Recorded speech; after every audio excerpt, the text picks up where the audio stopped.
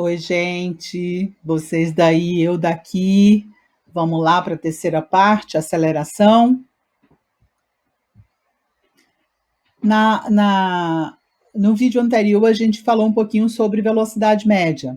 Aqui a gente vai falar sobre aceleração, que é uma grandeza que determina a taxa de variação da velocidade em função do tempo. A aceleração, ela indica o aumento ou a diminuição da velocidade ao longo do tempo. A aceleração é uma grandeza vetorial. E toda grandeza vetorial tem um módulo, direção e sentido. Módulo, ok, um valor. Direção e sentido. É uma grandeza vetorial. Algum exemplo, né? Vamos calcular aí, né, a aceleração média desse carro que se desloca a uma velocidade inicial de 5 metros por segundo e chega ao seu destino com uma velocidade de 10 metros por segundo.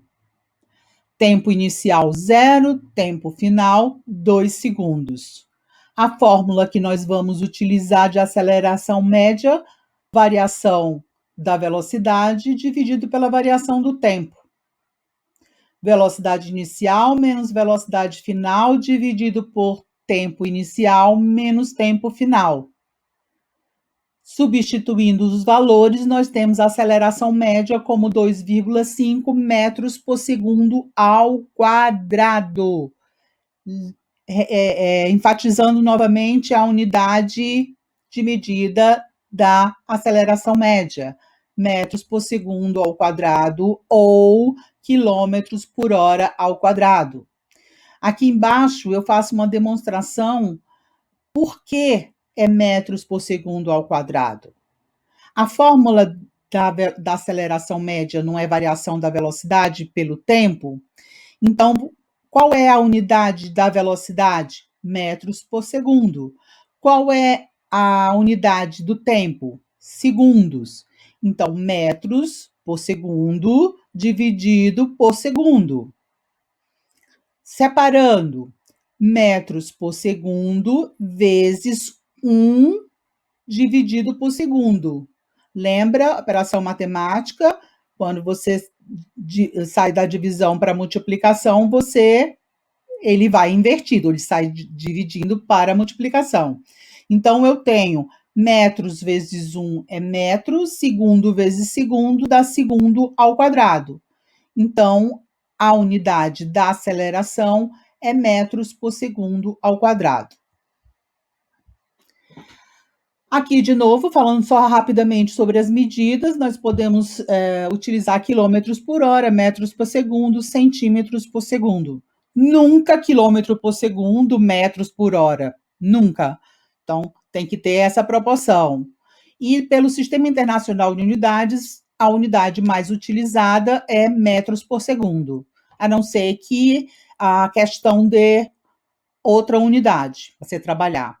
Se a gente tem quilômetros por hora e ele pede em metros por segundo, a gente divide por 3,6. Se eu tenho meu valor em metros por segundo e quero transformar em quilômetros por hora, eu multiplico aí por 3,6, ok? Tudo bem por aí? Então, vamos continuar. Muito bem, agora a gente vai conhecer, né, a função horária da velocidade no movimento retilíneo uniformemente variado e a função horária da posição no movimento retilíneo uniformemente variado. O primeiro, né, a função horária da velocidade, ela vai calcular a velocidade de um corpo em um determinado instante t. No caso da função horária da posição, a gente vai calcular a posição de um determinado corpo em um dado instante, desde que sejam conhecidas o espaço inicial, a velocidade inicial e a aceleração. Para a gente achar essas variáveis, a gente vai utilizar primeiro a função horária da velocidade, a fórmula velocidade final é igual à velocidade inicial mais aceleração vezes o tempo. No caso da função horária do espaço, a gente vai utilizar espaço final é igual ao espaço inicial mais velocidade inicial vezes o tempo, mais 1 sobre 2 vezes a aceleração vezes o tempo ao quadrado. Ok? Vamos a alguns exemplos? Vamos com alguns exemplos? Vamos lá. Exemplo 1.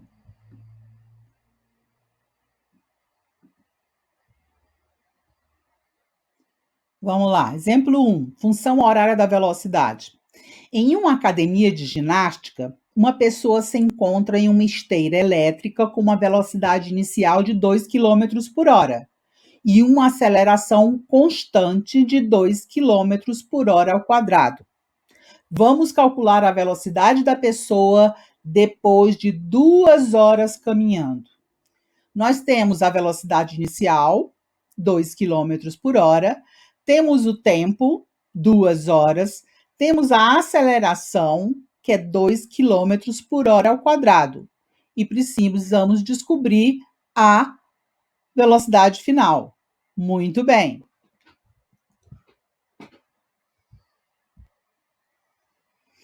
Resolução. Vamos usar aquela formulazinha, né? Velocidade no tempo t é igual à velocidade inicial mais aceleração vezes o tempo.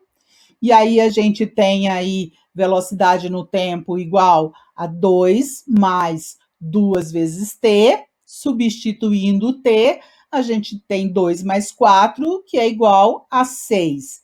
Então, velocidade no tempo 2 é igual a 6 km por hora.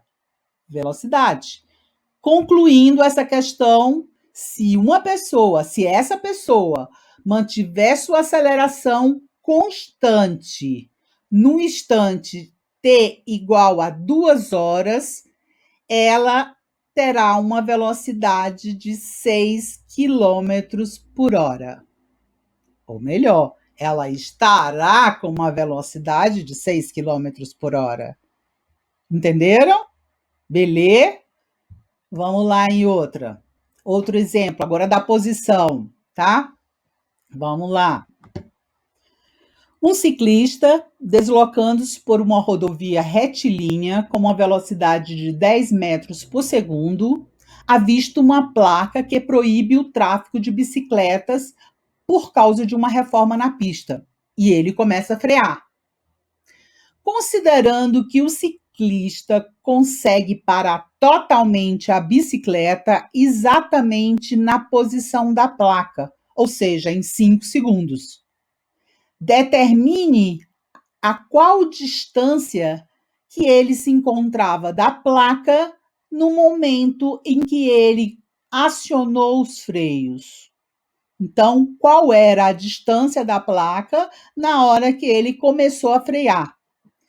Dados, espaço inicial 0, velocidade inicial 10 metros por segundo, velocidade final 0 metros por segundo, variação do tempo, ele já dá 5 segundos, e ele quer o espaço, a distância. Vamos lá, resolução?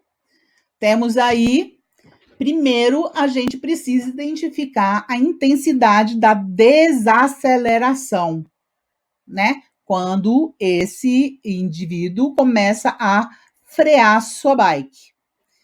Então, nós temos aí aceleração é igual à variação da velocidade dividido pela variação do tempo. Velocidade final menos velocidade inicial e a variação do tempo que ele já dá. Fazendo a substituição dos números, a gente tem que a aceleração é igual a menos 2 metros por segundo ao quadrado. Vamos pegar esses dados e agora vamos calcular a função horária da posição, ou seja, em que posição, né, qual era a distância que ele estava, que ele começou a frear. E não, nós temos aí espaço no tempo t, É igual espaço inicial mais velocidade inicial vezes o tempo mais aceleração vezes o tempo ao quadrado dividido por 2. Espaço em 5 segundos é igual a 0 mais 10 mais 5, enfim, fazendo a substituição dos dados, a gente encontra aí que o espaço é igual a 25 metros. Isso quer dizer o quê? Qual a conclusão que a gente chega?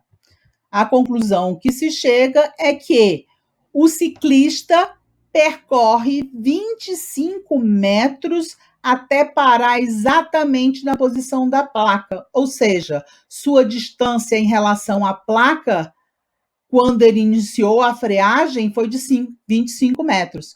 Então, ele começou a frear 25 metros antes da placa. Ok? Tudo bem? Entenderam?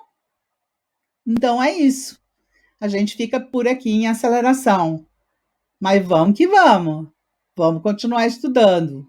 Qualquer coisa é só entrar em contato. Um beijo grande no coração.